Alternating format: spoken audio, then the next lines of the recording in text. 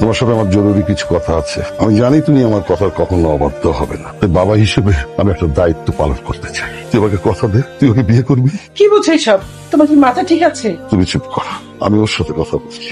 বাবা, উনি আমার ভাইয়ের ওয়াইফ। এইটা তো কখনোই চেঞ্জ হবে না, এটা ইম্পসিবল। সরি বাবা। তাহলে শোন, তুই যদি রাজি না হোস, আমি জয়ীকে নিয়ে এই বাড়ি থেকে চলে যাব। আমি জানি আপনি আমাকে কোনোদিন ক্ষমা করতে পারবেন না। আমার কারণে আপনাকে এরকম একটা সিচুয়েশন ফেস করতে হচ্ছে। আমিও সরি। আমি একটা মেয়েকে অনেক ভালোবাসি। আমার জীবনে একটা মানুষ থাকার পরেও আমি অন্য আরেকটা মানুষকে বিয়ে করেছি। আমার যে এখন কি করা উচিত এটাই বুঝতে পারছি না। তোমার সাথে যেটা হয়েছে এটা অনেক খারাপ হয়েছে। আমি না জাস্ট একটা জিনিস জানি, আমি তোমাকে অনেক ভালোবাসি। আপনি এসছেন? বাবা মা আপনার জন্য অপেক্ষা করতে করতে ঘুমিয়ে পড়েছে। আমি আপনার জন্য ডিনার রেডি করে রেখেছি, আর আমিও খাবো না, খাইনি। খেয়ে আসছি বাড়ি থেকে। আমি আজকে প্রমির সাথে দেখা করতে গিয়েছিলাম। ওকে আজকে সবকিছু বলে এসেছি। জি। ওকে এটাও বলেছি এদিকে সবকিছু সর্ট আউট করার পরে আমি এই সম্পর্কটা শেষ করে ওকে বিয়ে করবো। শুরুতে একটু কান্নাকাটি করছিল, পরে বুঝিয়ে বললাম আসলে অনেকদিনের সম্পর্ক তো, কেউই কাউকে ছাড়া থাকতে পারবো না। কিন্তু দেখেন, আমি না আপনার জীবনের ভালো মানুষটা না হতে পারলেও আপনার জীবনের খারাপ মানুষটা হতে চাই না। আমি চাই না যে সেলফিশের মতো নিজেরটা নিজে গুছিয়ে দেন, হঠাৎ করে আপনাকে ডিভোর্স দিয়ে গায়েব হয়ে যেতে। ভাইয়ের কাছে শুনেছি আপনি জব করতে চাইতেন। জি। শুরু করছেন না কেন? এখানে আপনি আপনার মতো এক্সপিরিয়েন্স গ্যাদার করতে থাকেন। আপনি ওখানে সেট হয়ে গেলে তখন আমরা মিউচুয়ালি ডিভোর্সটাও কমপ্লিট করলাম। জি, আমিও ভাবছিলাম আমার কিছু একটা করা উচিত। এসির টেম্পারেচারটাকে একটু বাড়িয়ে দেওয়া যায়? আপনাকে একটা কথা বলবো? জি। আমার মনে হয় আপনি উপরে ঘুমান। কোনো সমস্যা নেই, আমি এখানে ঘুমাবো। আপনি এখানে ঘুমান, আমি বাইরে ম্যানেজ করে নিচ্ছি। আপনাকে একটা কথা বলি। জি। আপনি এভাবে বাইরে গিয়ে ঘুমালে বিষয়টা ভালো দেখায় না, বাবা শুধু শুধু সিন ক্রিয়েট করবে, তাই আপনি এখানেই ঘুমিয়ে যান। আপনাকে একটা কথা বলি, আমার বাবা আপনার থেকে আমি অনেক একটু ভালো চিনি, আমাকে ডিল করতে দেন। আসসালামু আলাইকুম বাবা। ড্রয়িং রুমে গিয়ে এসিটা ছেড়ে সোফায় ঘুমিয়ে পড়বি। আমি যখন সকালবেলা এসে জিজ্ঞেস করব এখানে শুয়েছিস কেন, তুই বলবি ঘুম এসে গিয়েছিল, শুয়ে পড়েছি। সরি, বুঝলাম না বাবা। বদল যা। বাবাকে ডিল করে আসলেন? জি। তাহলে চুপচাপ ঘুমিয়ে পড়ুন। আম সরি, আমার মনে হয় আজকের রাতে আমাদের দুজনকে নিচে ঘুমাতে হবে। সমস্যা নেই, আমি ম্যানেজ করছি। দেখুন, আপনাকে একটা কথা বলি, বিছানাটা যে ভেঙেছে এটা আমি কালকে কোনো এক ফাঁকে ফিক্স করে ফেলবো। বাবা মাকে বলার দরকার নেই, ওনারা ভুল বুঝবেন। কিছুদিন আগে যে মানুষটাকে ভালোবেসে বিয়ে করেছি, আজকে তারই ছোট ভাই আমার হাজবেন্ড। কিন্তু কিছু করার ছিল না, আমার কিছু বলার ছিল না। যখন আমি ভেবেছি যে ঠিক আছে এবার কোনোভাবে সংসারটাকে গুছিয়ে নেই, তখন দেখলাম সেও আমাকে ছেড়ে দিয়ে তার জীবনটা গোছাতে চায়। এখানেও তো আমার কিছু বলার নেই। কিছু কিছু মানুষ পৃথিবীতে আসলে কিছু পেতে আসে না, আমি হয়তো বা ওই মানুষগুলোর ভেতর একজন। আম রিয়েলি সরি, আসলে আমার আজকে একটু ঘুম থেকে উঠে দেরি হয়ে গেছে, তো সেজন্য নাস্তাটা বানাতে একটু লেট হয়ে গেল। প্রবলেম নেই, আমি একটু বেরোচ্ছি। আপনি প্লিজ না নাস্তাটা করে যান। আমি একটু রাশ আছে, এখন বেরোতে হবে, খাবো না। 2 মিনিট লাগবে বসে নাস্তা। কথাটা কেন বুঝতে পারছেন না? আমার যদি ক্ষুধা থাকতো আমি নিজেই খেয়ে নিতাম। প্লিজ।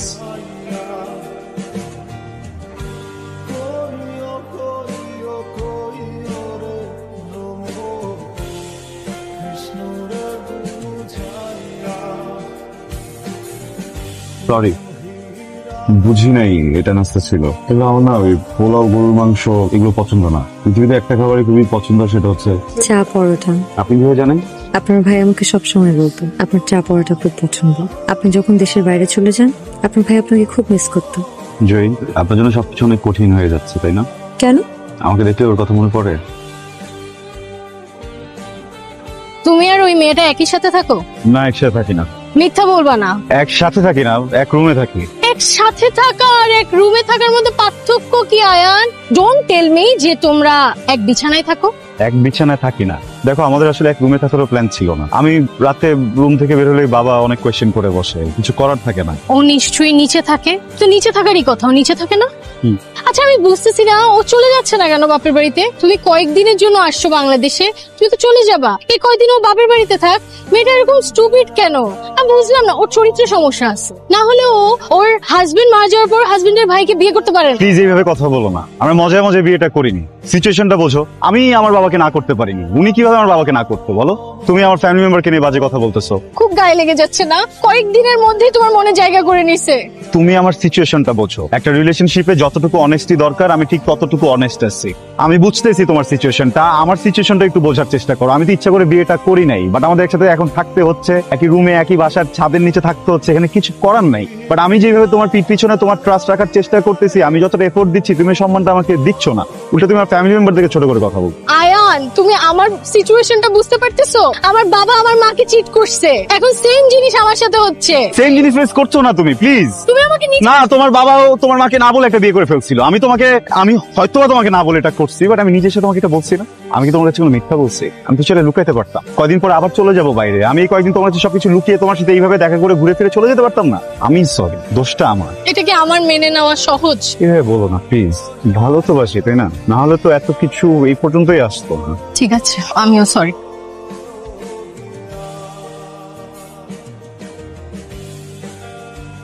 এক্সকিউজ মি, প্রত্যেক দিন কেন এখানে এভাবে অপেক্ষা করেন বলেন তো? আপনার মতো খেয়ে দিয়ে শুয়ে পড়লেই তো হয়। আপনি এখানে থাকেন, এটাও তো আসলে বাসার কেউ দেখলে এখানে ঝিমানোর তো কোনো মানে হয় না। হয় ঝিমাবে না তো কি করবে? বিয়ে করেছো, এখন সংসার গুছাবে, তা না? কি শুরু করেছো তুমি? এটা কোনো কথা? সরি বাবা। এখানে তো সরি বলার কিছু নেই। সংসারটা সুন্দর করে গোছাবে, কিভাবে ভালো থাকবে সেই চেষ্টা করবে, তা না? রাত করে বাসায় ফেরো। তোমার বউ ঝিমাবে না তো কি করবে? ও ভদ্র ঘরের মেয়ে, এই জন্য ঝিমায়। ফাতরা টাইপের মেয়ে হলে ঘরে গিয়ে ঘুমাতো। এই তোমার কি হয়েছে? ছেলেটার সাথে এই ধরনের ব্যাপার করতেছো কেন? ছেলেটা আমার কতদিন পর দেশে আসছে, বন্ধু বান্ধবের সাথে একটু সাক্ষাৎ করতে দেরি হয়ে গেছে। না, দেখা করে রাত করে বাড়ি ফিরবে কেন? ওর ঘরে বউ নেই? আরে বাবা ঠিক আছে, সব ঠিক আছে, তুমি একটু শান্ত হও। বৌমা, তুমি রুমে যাও।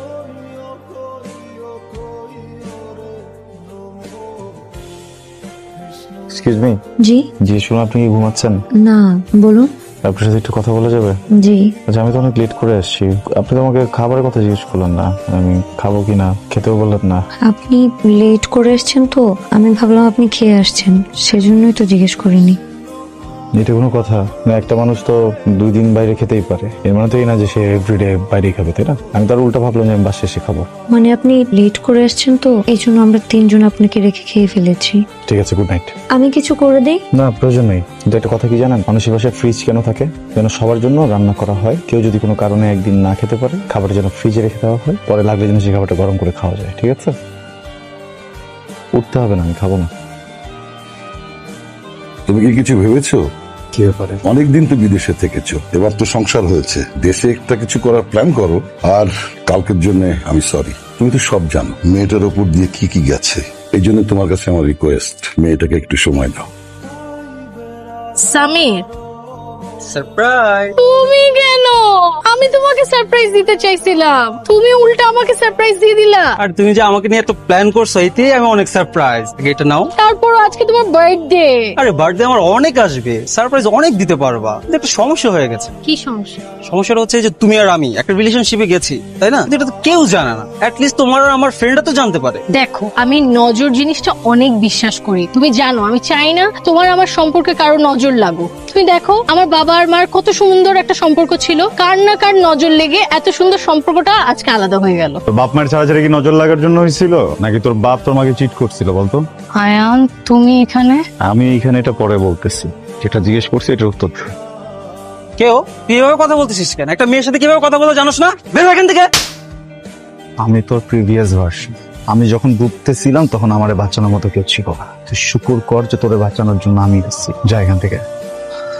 আয়ান, ওর কোনো দোষ নাই। ওর দোষ নাই না? দোষটা কার তাহলে? ওর যদি দোষ না থাকে দোষটা কার? দোষটা কি আমার নাকি তোমার? তোর দোষ। আয়ান দেখো, দোষটা কারো না, দোষটা তোমার আমার সিচুয়েশনের। নিজেকে আমার জায়গায় দাঁড় করায় দেখো। তুমি একটা মেয়ের সাথে 5 বছর সম্পর্কে ছিলা, 3 বছর তুমি অপেক্ষা করছো, সে বাহিরে ছিল যে আসতে তুমি বিয়ে করবা। সে ঠিকই দেশে আসলো, সে ঠিকই বিয়ে করলো, কিন্তু তোমাকে বিয়ে করলো না, অন্য একজনকে বিয়ে করলো। এটা তুমি মেনে নিতে পারতা, কিন্তু আমার এটা মেনে নিতে হয়েছে। আর তুমি দেখো আজকে তুমি আমাকে একটা ছেলের সাথে শুধু দেখছো, এটা তুমি মেনে নিতে পারো নাই, তুমি ছেলের গায়ে হাত তুলে দিতেছো। আমি তাহলে এখন কি করব? দেখো, বলা অনেক সহজ যে অপেক্ষা করব অপেক্ষা করব, কিন্তু করা এত সহজ না। আমি তো তোমাকে অপশন দিচ্ছিলাম না, তুমি যদি চাও তুমি আমাকে ছেড়ে চলে যেতে পারো, তখন চলে যেতাম। এটা তো করার দরকার ছিল না, তাই না? এখন যদি তুমি তোমার ওয়াইফকে ডিভোর্স দিয়েও আমার কাছে চলে আসো, আমি তারপরও তোমার সাথে যাব না, কারণ আমার সেই বিশ্বাসটা তোমার উপর থেকে চলে গেছে। এটা সম্ভব না, ইটস ওভার।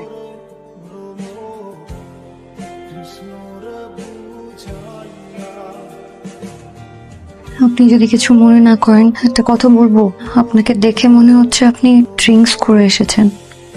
এক তো এত রাত করে বাসায় ফিরেন, তার মধ্যে আবার ড্রিঙ্কস করেছেন। ঠিক আছে, আপনি প্রমির সাথে দেখা করতে গিয়ে প্রমির নাম মুখে নেবেন না, আপনার কোনো রাইটই নেই প্রমির নাম মুখে নেয়। আপনার মতো একটা মানুষের লাইফ ঠিক করতে যে আমার বাপ আমারে ফাঁসাইছে, আমি এই জন্য আপনারে বিয়ে করছি। প্রমি সবকিছুতে পাজলে আরেকটা জায়গায় চলে গেছে, পুরো ফাকড আপ লাইফ আমার, জাস্ট বিকজ অফ ইউ। এখানে আমার কি দোষ বলেন তো? এক তো আপনার ফ্যামিলি আমাকে জোরপূর্বক আপনার সাথে বিয়ে দিয়েছে। আমি তো একবারও বলিনি যে আমি আপনাকে বিয়ে করতে চাই। আমি কি কাউকে কিছু বলেছি? আমি কি আপনাকে কিছু করেছি? আপনি যেভাবে চেয়েছেন আমি তো সেভাবেই থাকছি। তারপরেও আমার দোষ, সবকিছুই আমার দোষ। ঠিক আছে, আমার সাথে তা থাকা লাগবে না। আমি আমার মার বাড়িতে চলে যাচ্ছি। আমি কি আপনাকে ডিভোর্স লেটার পাঠিয়ে দেবো? আই এম সরি, আমি এইভাবে রিয়েক্ট করতে চাইনি।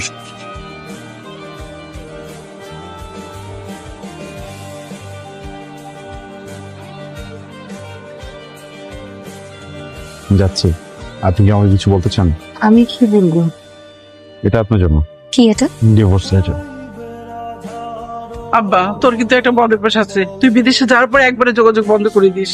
এবার যেন এরকম করিস না। তুই নিজের খেয়াল রাখিস, ঠিক মতো খাওয়া দাওয়া করিস।